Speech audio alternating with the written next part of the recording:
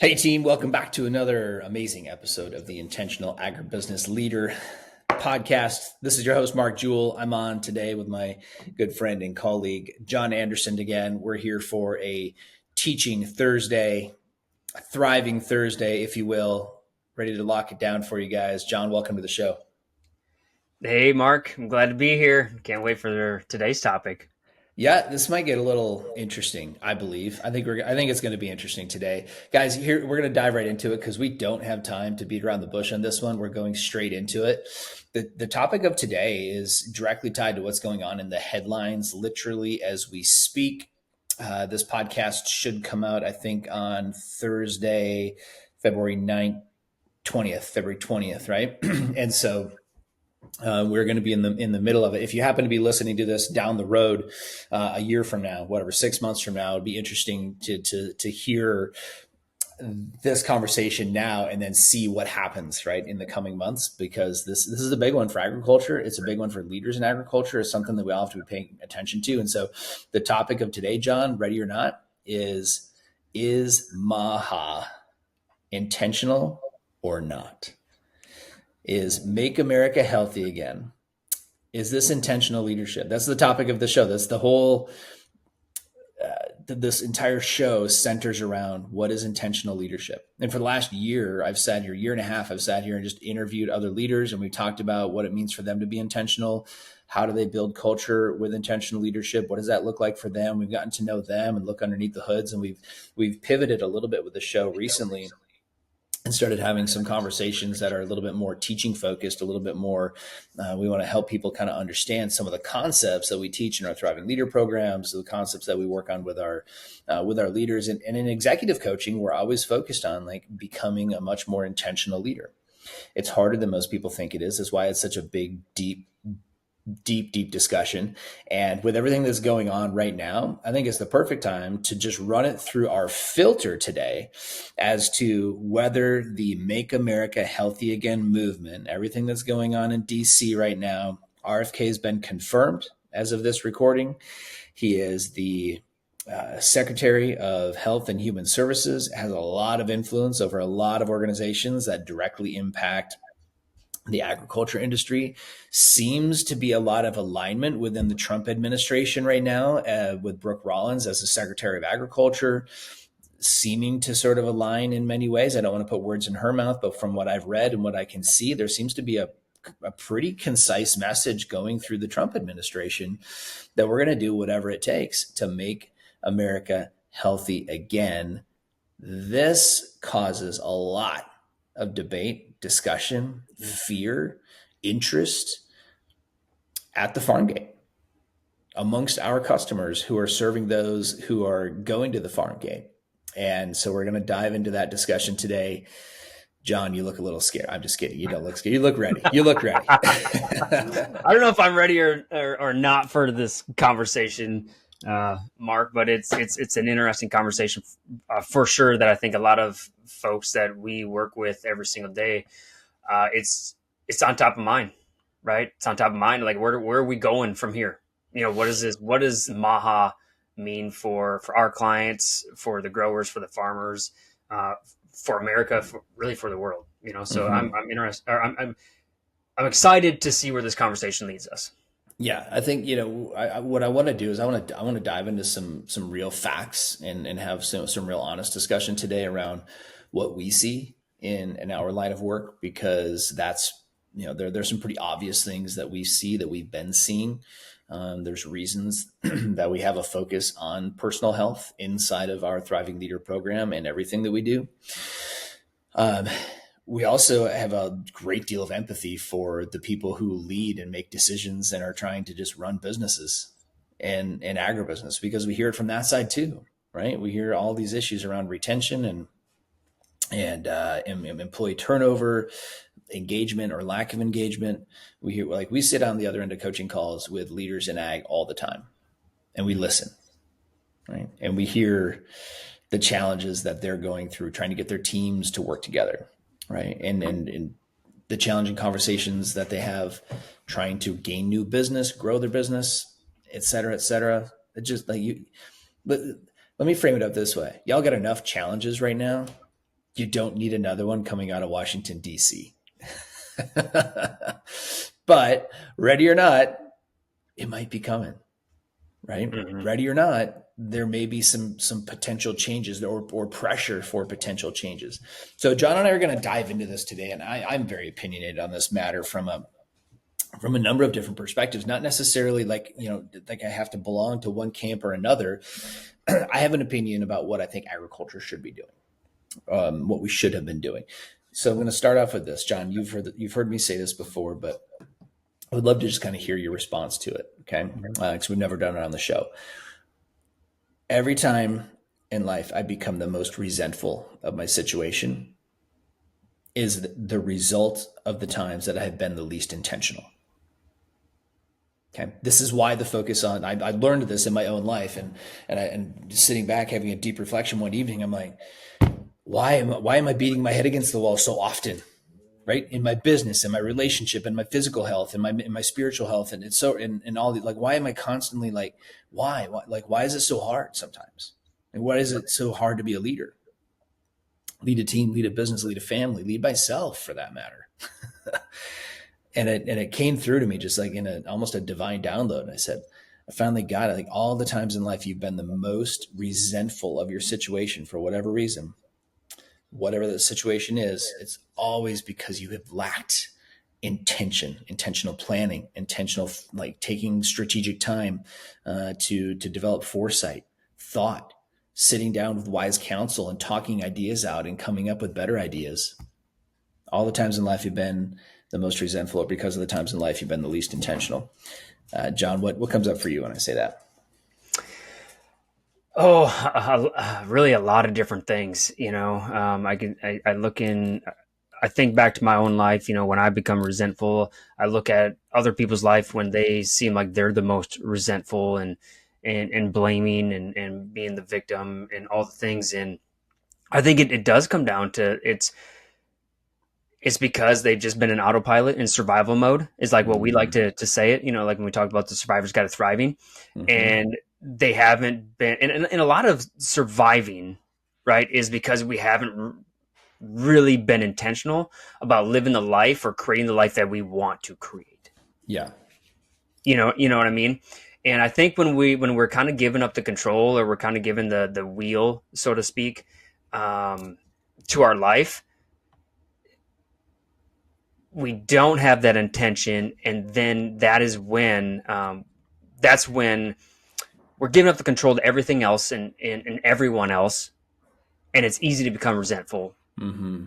and blame everything in our life. And, and then we're not living life out of true integrity to who we really want to be, or the life we want to create. Incredibly well stated.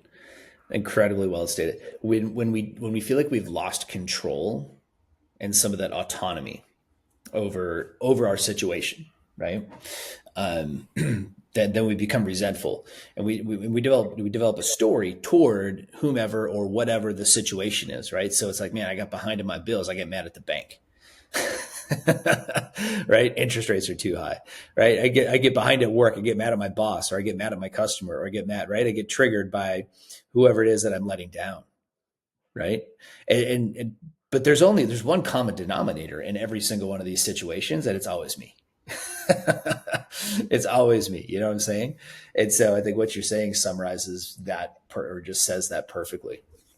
Mm-hmm. It says that perfectly. So I lead off with that. I want people to have in their minds, as we go through this conversation today, John, I want people to have the definition or that understanding that all the times in life I've become the most resentful, or because of the times in life I've been the least intentional. What does this mean? It means that you're the responsible party in this conversation. Okay. So you can apply this to at home, you can apply this to work, you can apply this to what's going on to the macro environment in agribusiness right now. And so let me transition to saying this. There's been a big change. The Trump administration obviously has a major mandate. A lot more people voted for him this time than last time. A lot more people voted for him than the other person in this particular case. And guys, I'm not here to make this, those of you listening, I'm not here to make this a big political thing. If that's not who you voted for, that's fine. I'm just talking about facts and reality at this point. The numbers don't lie, or we hope they don't lie, at least. So we have a pretty solid mandate. There's kind of this revolutionary feel in America right now. And, it's like there are two very different, sides to that. One side feels very much like they're winning. One side feels very much like they're getting their butts handed to them right now. And by the way, this has flipped around over the years in different ways and shapes and forms, but this is what you have right now. So when, what we have right now, what we're walking into with RFK as the Secretary of Human Health is a leader who has, let's be honest, a vendetta against big pharma, okay, big food, and big ag. Mm-hmm. Okay, like those three things. I don't think I'm telling any secrets or telling any lies, right? When I say that, he's been very clear, lawsuit after lawsuit after lawsuit, and by the way, he's been very successful with many of those lawsuits and often won. RFK is incredibly well versed, knows more, can probably explain more about some of the chemistry in some cases than others, or at least certainly more than I can, and I'm not going to go down that path. I don't want to get into a debate about this. What I want to talk about is Make America Healthy Again. Is this intentional? Okay, and here's where I'm going with this: is some people right now, what I'm starting to see already is many people, many leaders, many voices out here in social media in agriculture starting to feel resentful. Right? Resentful. And I'm seeing it in the streams. Like I'm seeing people just ask really honest and open questions that are very, very objective. Right. And then I see people in the comments just coming through and saying, wow, anytime the government does this and every time the government does that, no, the government doesn't know. And they probably don't know everything. I don't trust the government much further than I can toss it. Right. So that's just my personal belief system. But remember the statement: every time in life I've become the most resentful, or because of the times in life I've been the least intentional. So here's my challenge and my issue with ag in general, not big ag, not little ag, not organic ag, not conventional, just ag. If we're sitting here being resentful of maybe some of the policies or ideas that are being thrown around, or the fear that's being created because of what might happen, then that means if I'm right about how we get to resentment, then what that means is that somewhere over the last year, 5 years, 10 years, 20 years, 30 years, what that means is that we have lacked intention.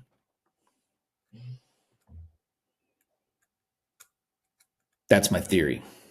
Now, I think there have been good intentions. We have often been well-intended, but not always incredibly well executed. Right? Because I'm often, John, you know this about me, I'm often well-intended, but poorly executed.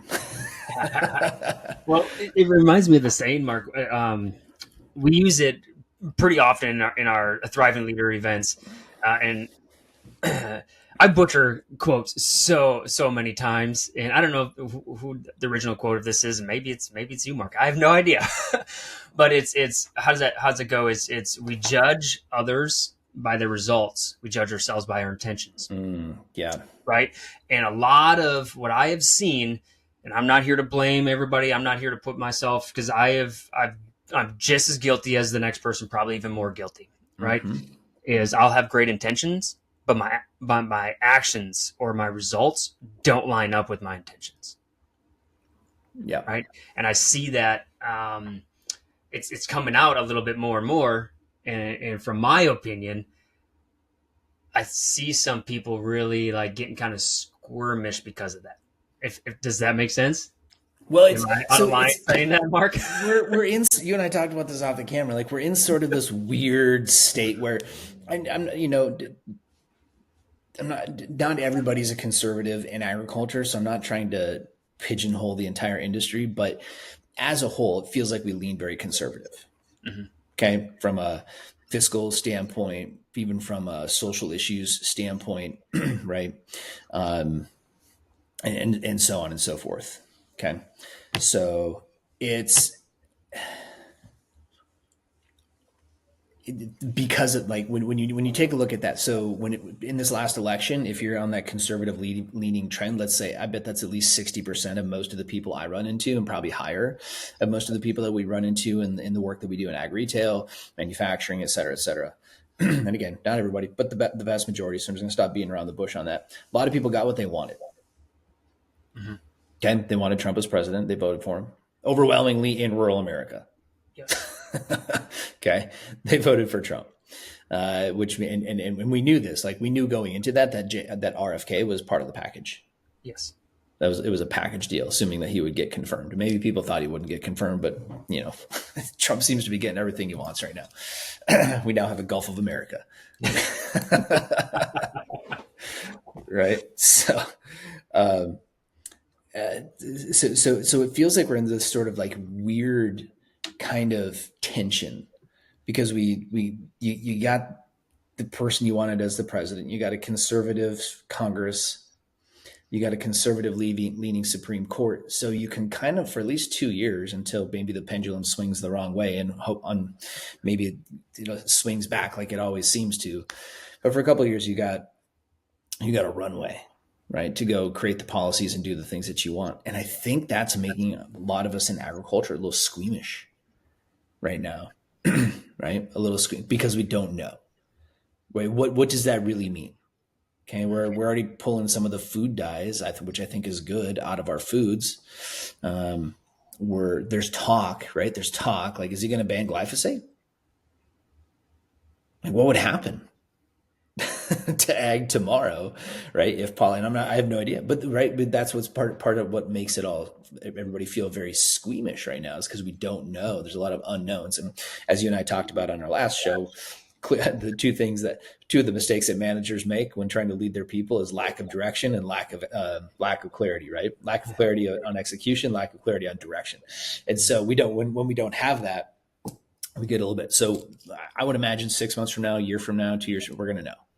Right? Mm-hmm. We're going to know how far. And so this is where I wanted to get into the discussion today, John, about, is how can we determine whether Kennedy, the Trump administration, et cetera, like, is this Make America Healthy Again movement, the initiatives that are coming through now it's not even a movement. We're getting into real leaders that can make real policy that affect real business leaders and business decisions and end use, right? Which are the farmers. And then obviously that has a way to trickling back up into the economy, into the food supply, right?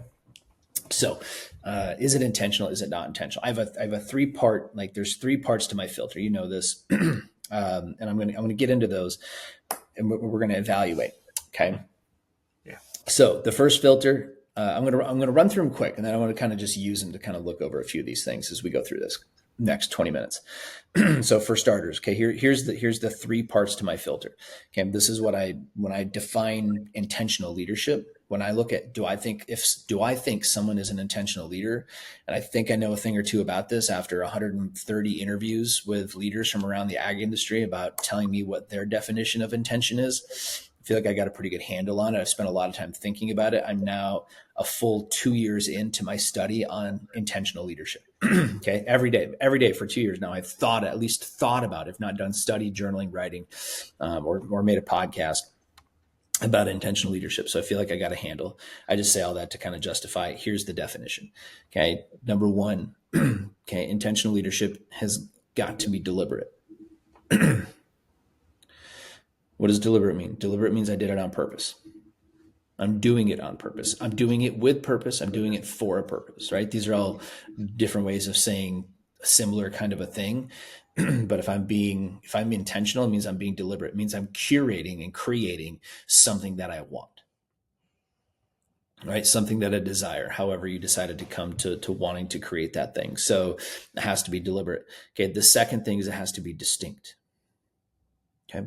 So intentional leadership has got to be distinct. Each one of us is a unique individual. And so your unique leadership signature should be distinct. If you're walking around, though, just copying what those who have gone before you and just copying and pasting what you've seen other people do, that's not distinct, right? That's not there's nothing unique about you. You're just parroting what other people have told you over the years.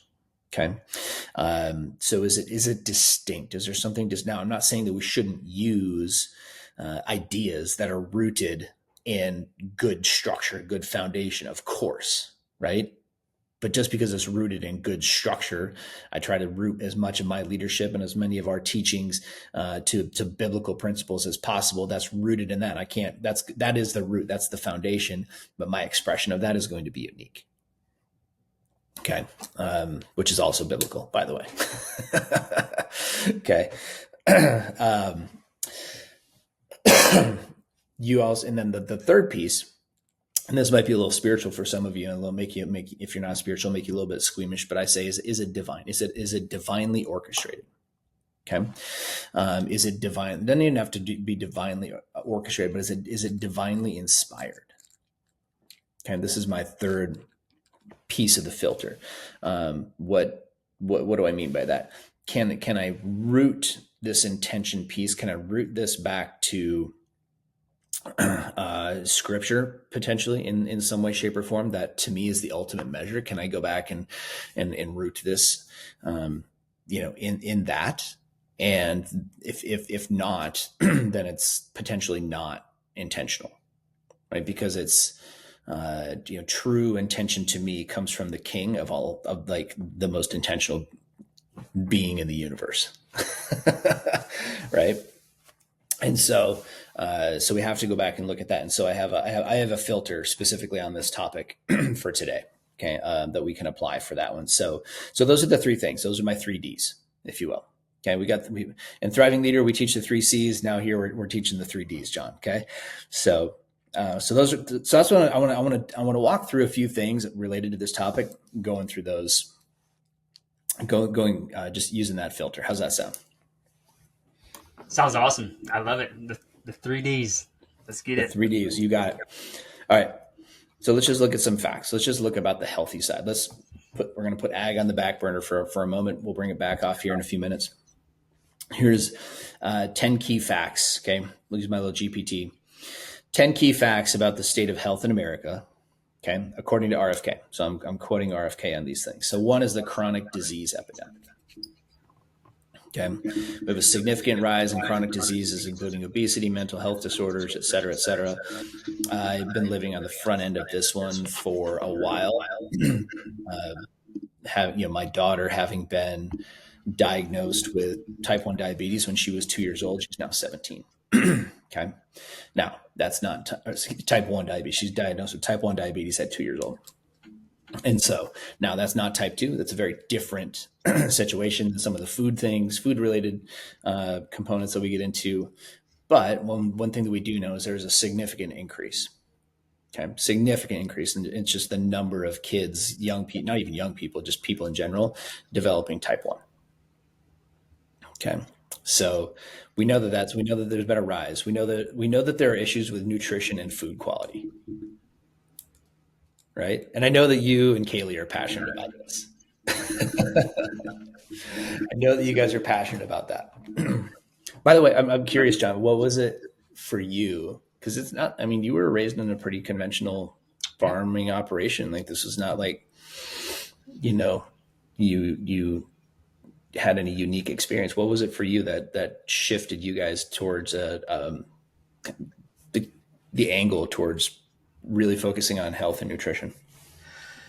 I think there's a lot of things that contribute, but the biggest thing that I think that mattered to me is I was tired of seeing people suffer. Because in all honesty, me and my wife, we've been pretty blessed, good health. I've always been in great shape. My wife has always been in great shape. My wife, she suffered with some narcoleptic tendencies every once in a while. And when she started, right? Yes. Yeah. Falling asleep at the wheel. Wow. Right. And so she started working out with me.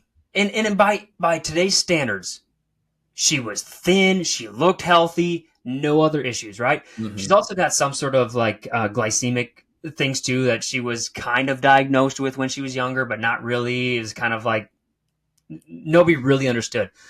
But she started working out with me after work and eating a little bit better, right? So we started drinking protein shakes. We started making sure we weren't eating all of the chips or all of the candy or drinking all of the pop, just really started.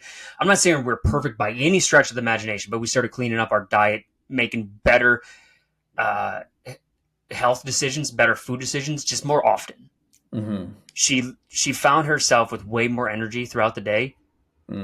She doesn't fall asleep behind the wheel anymore. I don't know when. She used to, at one time, she actually, because of her glycemic, whatever that is, she passed out as an intern because she was going to be a dental assistant.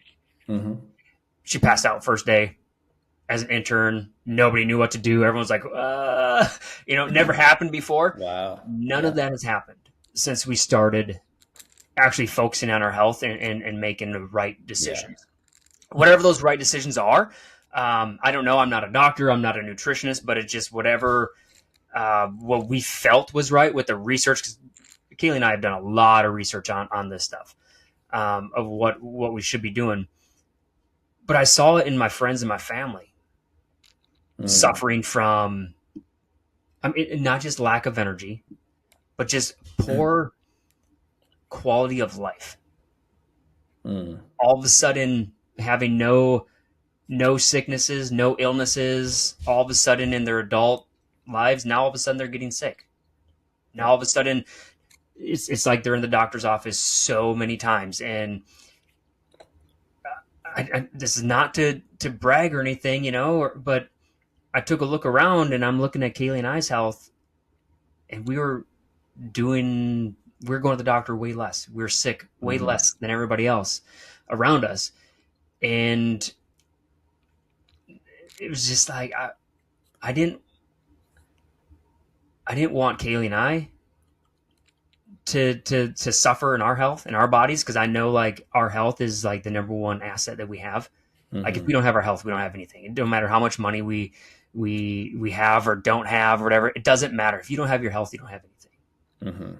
So I saw the results that we had, or that we got from being very intentional about our health and our wellness. And I just looked around at everybody else and how unintentional. And this is, oh man, Mark, this sounds so judgmental as I'm saying it. And I don't mean it that way. I do not mean that way. So if I'm offending anybody, that I don't mean it that way. Because it's not everybody. But just a lot of folks in my circle, I saw the lack of intention in their health. And it limited a lot of the life experiences that they were able to have. Yeah. And they were unable to share it with the folks around them because of it. And so that's why Kaylee and I really went down this path of really becoming the healthiest versions of ourselves, is because we can't control everything, but we wanted to control as much as we could to put ourselves in the position, right, to be as well off as we are. I can't control if I get hit by a bus, right? I mean, I can to an extent, right? Just don't go on the street. Don't go walk across the street, right? But that could happen. Yeah. No matter how good I eat or how much I exercise, I could walk across the street, get hit by a bus, whatever, right? But of all the things that I cannot control, I can control those things. I can control what I'm putting in my mouth, how I'm doing cold plunges, working out, things like that.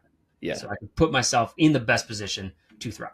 It's so wild, man. So I want to come back and just go back through what you just said, and put it through the intention filter, right? So you had a situation, come up, and you guys were young and early in your marriage. I mean, you guys have probably been married, 10, 11 years, and this is going back to the beginning, right? So you're pretty young. I mean, you guys are in your mid 20s when you're experiencing some, which, I mean, all of us can kind of fudge it. No matter, if you're relatively healthy, you can kind of screw around through your 20s and still come out kind of okay, right? That's what I did. I was not intentional with my health in my 20s and early 30s, not at all. I mean, I looked tall and thin and healthy and whatever, but I mean, ate a lot. Now I know I ate a lot of the wrong things. right? Drank a lot of the, what changed it for me actually was Nora getting diagnosed with type 1 diabetes. And I was watching, because we were checking her blood sugar all the time, right? So you're constantly monitoring her blood sugar. And I would notice like, oh, you eat a slice of bread, blood sugar spikes within half an hour. Right. Oh, you eat, and you're constantly treating it with insulin, right? So we're just treating to kind of chase the high blood sugar. You drink a glass of milk, right? Blood sugar spikes really fast, right? Nothing against milk, great source of protein, great source of nutrients. I like it. It doesn't like me back, unfortunately, but I like it.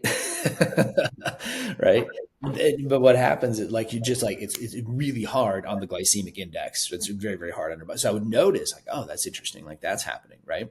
And so whenever I would give her something with high sugar, I would start to pair it with a protein.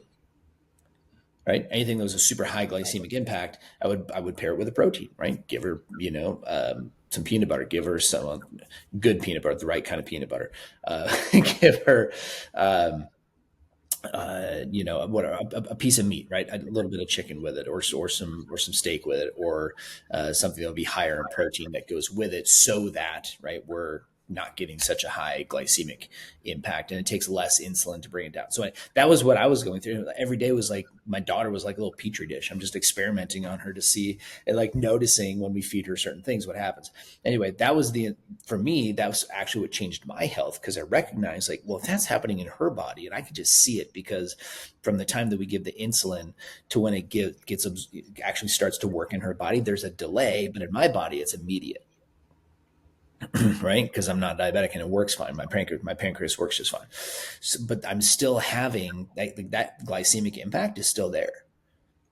Right? It just, I don't have to measure it because my body works the way it, God designed it to originally. So that started shifting it for me. You guys had your shift. Anyway, I want to come back to this. So your shift was deliberate, right? It was very deliberate.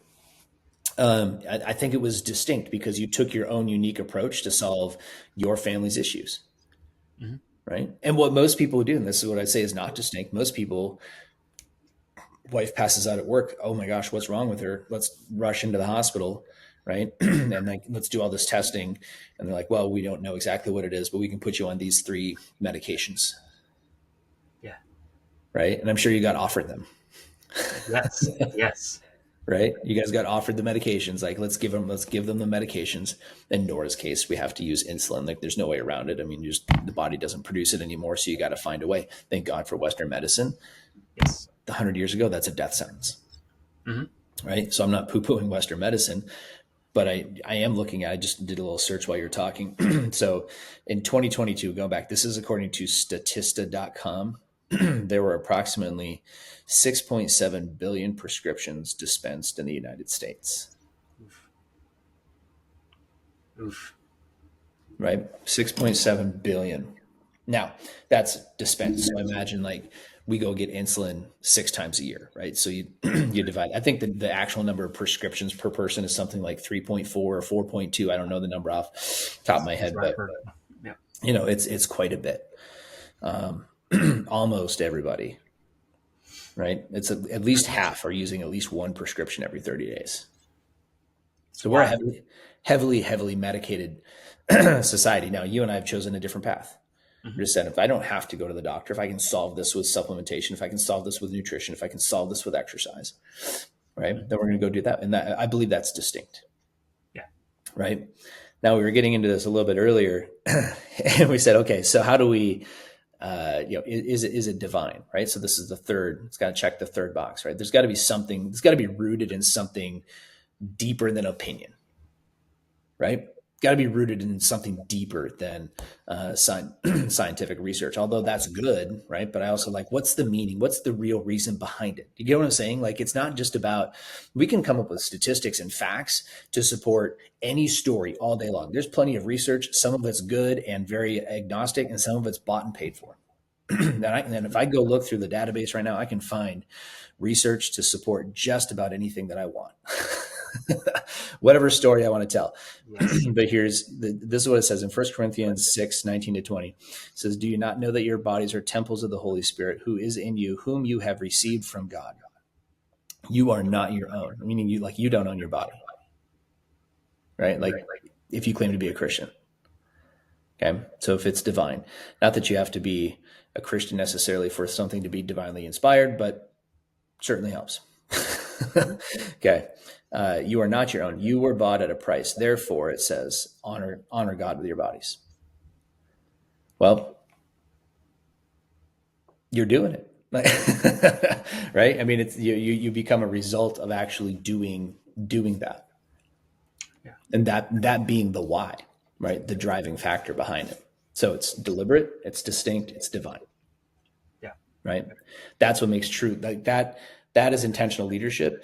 And you and Kaylee, I mean, you're 10 years, 12 years after that incident, and you are like walking, talking examples of what it looks like for somebody to actually make the tougher decisions, not go the way of the sheep necessarily, and try something different. Yeah. Yeah. I love that you brought up the temple. Our bodies are a temple, right? Because it's always been in the back of my mind. And I like to think about it this way: if Kaylee and if we have somebody come to our house, like our house is pretty tidy, it's pretty clean. I mean, she does daycare, so it's got to be. But obviously, daycare, it can get pretty wild and pretty messy. Depends on what the kids are doing, what the toys are pulling out, or what toys they are pulling out, or whatever. But if we have someone come over, like let's say Kaylee's parents come over and they want to spend the weekend, because they live a few hours away and they want to spend time with us and the kids, we still clean it up, right? We're still cleaning the house, and we're picking it up, doing all the things. And I think about that, like as our bodies as our temple, like when guests come over, we clean the house. Why do we not do that with our own bodies, right? And I mean by like, this is where the Holy Spirit lives. This is where Christ lives. So why are we not taking care of it? Why are we not cleaning it up? If we're I know we just took this super spiritual, but if we're inviting him in, are we inviting him into a mess? Or are we inviting him into something, that's relatively clean? You're right. It is. I mean, we are going a little bit spiritual at this point, but that's where I wanted you to go, right? Because I want to give those people who have that type of relationship in their life, I want to give you something to think about and say, okay, with with my leadership, right? Am I being intentional? And I'm bringing this all back to the original topic of this today. And I wanted to use what you guys were doing, what you guys and what we're doing in our lives as an example of a way to think it through. Like, we had a situation, and we attempted, at least, maybe not without the language at the time, but we attempted at least to put the intentional leadership to it. Because as we described in the beginning, and I continue to come back to this throughout, very, very intentionally, by the way, all the times in life have become the most resentful, or because of the times in life I've been the least intentional, right? All the times in life have become the most resentful because of the times in life I was the least intentional. So if I decide, okay, I want to live my life healthy, and I'd be very intentional about that. I do the best I can. No, nothing's perfect. Like you said, acts of God, something terrible could happen tomorrow, right? I mean, you've been perfectly healthy and then got thrown off a horse and broke your leg, right? Got that healed up, and then you broke your other leg, right? I mean, like, things happen, right? I got into a car accident. I hit a John Deere 4430 head on with a Mazda B2000 pickup. Lucky to be alive. Broke my femur, crushed my tibia and fibula, missed half of basketball season, right? I mean, there's right? Things happen. Life happens, right? Life comes at you. But I have a lot to say. There's a lot that I can't control, right? And it's when we feel out of control. And then I'm going to bring this back to the big macro point, right? Which there's fear approaching the agriculture industry right now. There's fear in the minds of our clients. What's going to happen? What might happen, right? Are they going to start to ban things? Are we going to have to change our way of farming? We have to change our way of living? Or we have to change the way, the most profitable products that we sell? Okay. Here's why we have to live in that fear right now. And nobody's going to like what I have to say, John, but this is why we have to live in this fear right now. And it's because we have lacked intention in the past. Well-intended, poorly executed. I go back to the 90s. I was a 90s kid, grew up in the 80s and 90s, and I came up through my high school years in the mid 90s and graduated in 2000. I was an FFA. And, I was a non-traditional ag kid, right? We grew shiitake mushrooms and we raised leeches. Okay. So very, very weird kind of upbringing, but I had opportunity to get into ag ed as a ninth grader. I started going to FFA competitions and I got into leadership and got to be a state FFA officer and all those cool, just had really, really amazing opportunities. And the rally cry, the marketing message for agriculture in the mid to late 90s was feed the world. Feed the world. Mm-hmm. We're going to have so many billion people on this planet. We don't currently have the capacity to feed them. We need people like you to sign up and be on our teams, come work in our companies, be a part of this and help us figure out how to feed the world. Well, guess what? We're now 25 years after that and mission's pretty well accomplished, right? Not that we don't have to keep up with it. Like we got to keep producing every year, but we have more waste in this country than we should be proud of. Okay. And what we don't have today is a food issue. We have a distribution issue. We have an allocation issue, right? So that's Mark's personal opinion. That's not coming from anybody else, but I see that. I mean, I see the amount of waste. This is one of the things that came up when Elon took over Twitter. Get this. When Elon took over Twitter, they came in, they started evaluating this place. We all know the story. They cut 80% of the people out of that company to try to save it and to remake it. But here, what they did? What they did is they created. They had like the old leadership had entire cafeterias where people were getting paid to show up every day and make food, but nobody was going because nobody was going to work in the office, and so they were making meals and hardly anybody was eating it. They're throwing it away, not even donating it, not even taking it to the food shelf. They were just making it and throwing it because they were incentivized to do so. Now that's one example, and you might think that was extreme, but it's not. Like I wish that it was rare. I wish I come across these kinds of examples all the time. Okay, so where am I going with this? Okay, we don't have a food production issue. That was the rally cry back then. Today, due to our lack of the lack of leadership exhibited by the agriculture industry, whoever that is, whoever the king of leadership is, failed to do this. I know it's not one person. It became about survival as an industry, right? It's become about defending our markets. It's become about making sure that we have somewhere to go with the crops that we're producing, even though like in America, we only use 15% of the soybeans we grow. Everything else got to export. We're not doing that for our own benefit from a food perspective. We're shipping most of that to other places to get them to use it, right? And to change that, right, to not grow as many soybeans as we grow would mean complete overhaul of the infrastructure, right? So it's almost like you can't. You're sort of stuck. You're painted into a corner. And this is the stuff that over time we get resentful about. Okay. Now, a lot of people in ag right now are going to be saying, well, don't bite the hand that feeds you. Well, that sounds a lot like resentment, John. That sounds like a very resentful statement. And now I agree with it. Don't. But I've never met a farmer who's going to stop farming and raising food just because someone doesn't appreciate it. That's not the kind of people we are. Right. So you don't have leverage. And if we don't have leverage, we can't control how other people think and feel. What that means then is we have to do the hard work, do the hard thing. And as an industry, we got to dig deep and get much, much more intentional. We're having the Make America Healthy conversation today, the Make America Healthy Again conversation today. And it's being led by someone who has a different set of viewpoints and beliefs about agriculture because we didn't do it. Mm-hmm. Mm-hmm. We never took the reins. 100%. 100%. I mean, the thing that keeps coming up for me as we're having this conversation, it's down in like what we always talk about at the live events and our coaching calls. It's living down in that cycle of surviving and suffering over and over and over again. And I'm not saying it's bad. I'm not saying that, right? But it's living very unintentionally when we're down in that cycle, right? And why do we live in that? Why do we choose to live down there? Not always because it's comfortable. A lot of people say it's because it's comfortable. It's familiar. It's what we know. And that's why I think Amen. it's kind of scary right now with RFK, even though we kind of, like, a lot of us voted for this.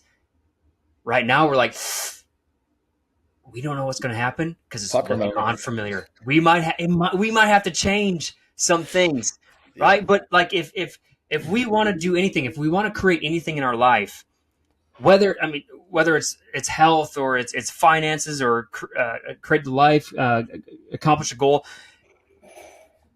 we're going to have to go to the places where we're unfamiliar with. It may hurt a little bit. We may struggle a little bit. It may be painful. Right? It reminds me of an eagle. And I can't remember the exact years on this, but like, an eagle can live a long time. But somewhere in the point of like the first third or the first half of its life, like, it has a decision. It has a choice to make. Okay? And that choice is either rips its claws out, which is super painful, and has to do it himself. If he doesn't do that, he dies. If he doesn't, like, literally take his beak, rip his claws out, and it's excruciating pain. If he doesn't do that, if he avoids the pain of that, he'll die. If he does do that, he grows new claws and lives like another double of his life, whatever that is, 40 years or whatever. I can't remember the exact years. Yeah, I've heard the story, right? And what it is, it's a story of, you have to be willing to die to the old self, right? You have to be willing to die to the old self and surrender the old self so that you can be reborn. It's the death and rebirth story that exists in everything. And I think that is agriculture, dying industry? Not by any stretch, No. not by any stretch. And it's not about that. And we are a very innovative industry. We've been one of the most innovative industries, probably. I'm going to say, I'll take the throne. We've been the most innovative industry in all of humanity because it's been the most important, right? You don't eat, you're not, right? Nobody cares about anything. I mean, if you don't, there's very little else that matters, right? If people are not fed, yes, and given water. So, we could go so much further on this topic. For the sake of time today, I'm gonna cut it here, and maybe come back to this topic and go deeper on it again, because I really want people to understand, like, there's an opportunity here as an industry to practice intentional leadership in agribusiness. This is the Intentional Agribusiness Leader Podcast, and I know most of y'all are driving down the road today, or walking on the treadmill, or sitting in your office listening to this, and you're thinking, man, I got enough. I have enough on my plate. I don't need to be thinking about this. But somebody, somehow, somewhere, some way, as an industry, someone's got to rise up. Some group has got to rise up and lead us with intention to what is next, right? Here's my prediction. But it's one of two things, right? One of two things. One, somebody's going to step up and lead the conversation. Or two, we're going to be locked in a fight. And it's going to be ag versus the government, our story versus their story. And I'm not excited about that fight, right? I would much rather us figure out, like, okay, how do we step up and be the leader, the leading voice, and say, hey, you know what? Based on the health results of America, he's right about that. We've not been intentional. Look at us. Okay, we're the industry that produces the food, and we're going to do something about it. I'd much rather have that conversation and go lock arms with the best opportunity that has ever been possibly had to be able to go and create. And that might mean some scary things. It might mean a greater focus on regenerative ag. That might not be all bad. It might be cutting back on a couple of things here or there. Well, I know a lot of farmers that would like to reduce the amount of fertilizer they use, and the amount of chemical they use, because their prices aren't going up, but the cost of inputs are. Right? So what a great opportunity to just sit down, like, let's problem solve this. Let's put this on the whiteboard, right? And instead of, and I hope it's not too late for agriculture to be involved in that conversation, because unfortunately, not being in the conversation does lead to resentment. It's going to lead to a lot of finger pointing, and that's unfortunate. Yes. Yep. I agree. Good. All right, you guys. Thanks for tuning in to another show this week. We'll be back next Thursday with more Thursday thoughts. Thriving Thursday coming at you again with John and myself, and maybe we'll get Christine to join us on the next one. But we're signing off for now. Have a great week. We'll talk to you soon.